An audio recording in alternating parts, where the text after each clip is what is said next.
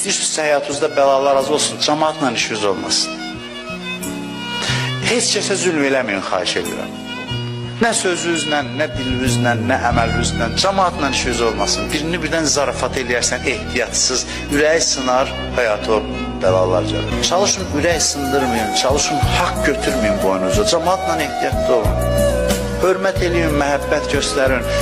Neçə il yaşayacaq dünyada ki, hələ bir-birimizin ürəyini sındıraq? Nəyə görə, dəyərmi? Nəyəsə görə bir-birinin qəlbini sındırasan, ürəyini sındırasan? Birinə bir dənə söz deyərsən, ürəyinə toxunar, ah çəkər, o ahı qiyamətdə əl-ayağına dolaşar, addım ata bilməzsən, qiyamətdə peşman olarsan, axı nə dərdim var idi bu sözü dedim? Nəyimə lazım idi mən ürəyini sındırdım filan kəsin?